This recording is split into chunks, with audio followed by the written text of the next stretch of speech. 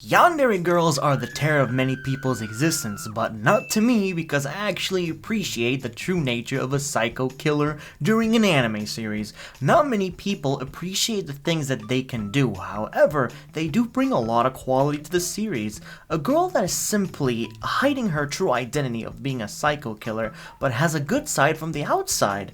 Yanderes can't possibly exist in reality, can they? Or can they?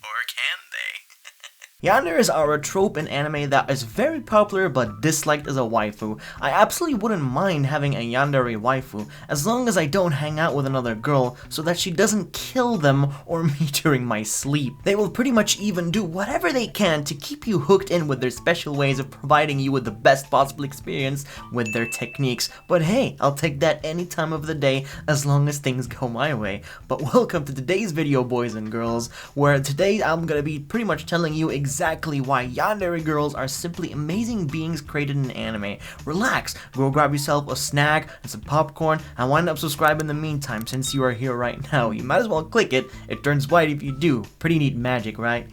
If you guys do remember one of my previous videos where I talk about a guide to anime waifus, I explain a few dare types from my experience and what they are like, which by the way, you should definitely check out and watch. Link is in the description below. Yanderes, Gooderes, Downers, I can go on and on, baby, on and on with the most random, unique-ass dairy names people have come up with. Because really, please guys, I need more views.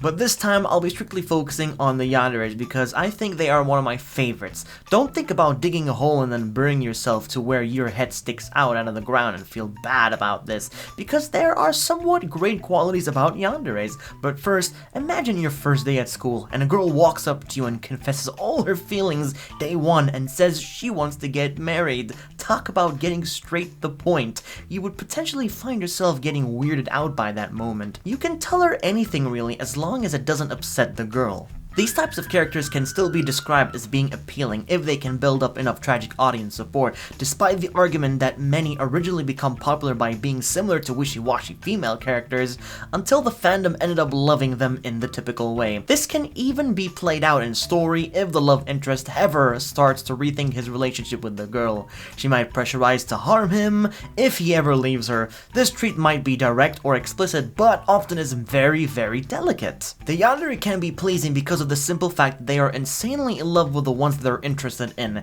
There is no issue or unfaithfulness on the yandere's part. They would never cheat emotionally or physically on the one they love. In this matter, who wouldn't want a super hot looking girl who only thinks and cares about you, or even have a proper discussion with and have a great flow in the conversation you could have with her? How would you like someone who cares about your needs and your interest over their own? However, not everything you might find is so easy or simple, as you might find yourself in a deadly position where there is no turning back after doing something big that is actually very wrong. So let us just get this one point straight. One of the more popular yandere characters in anime is actually Yuno Gasai from Future Diary, arguably one of the best written yandere characters I've ever seen to this very day. It's quite obvious that she's a yandere when meeting her, but her traits really boost her as a very good character. How intelligent she is, to how quickly she adapts and analyzes the situation she is in, putting thoughts into action without even thinking, shows so much determination towards this character, performing exactly what she knows and what needs to be done without losing her nerve. Yes, she also likes to stalk the main character, but this is also what gives her a sense of horror that she is a creepy character, as many yanderes should be. Otherwise, what is the point of being a yandere if you aren't a stalker? We should also talk about School Days. Actually, no, wait. Recon, don't talk about School Days. It's probably not a bad idea. It's one of the worst series I've ever seen. No, but seriously, School Days is actually one of the worst series I've ever seen. So please, don't watch it, and let's not talk about it. Actually, let's move on to something a lot more better, and something more reasonable for a change. In general though, yanderes are characters that should not be messed with because they can quickly go from point A to Z in an instant, and you will never see that coming.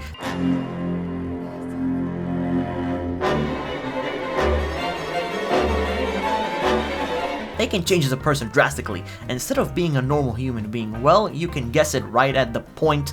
They'll lose all sight of their emotions and just focus on getting straight to the point, which is murder. Does everyone like yanderes? Probably not. Does Anime Recon like School Days? Yes I do. Oh wait, whoa. Recon, we talked about this.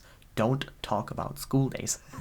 No, seriously. It's one of the worst series I've ever seen, and I want to have a good relationship with you guys. That's the first thing. I really want to have a good relationship with you guys, so don't quote me on the fact that I said I like it, because I actually don't like it. Shh, stay quiet.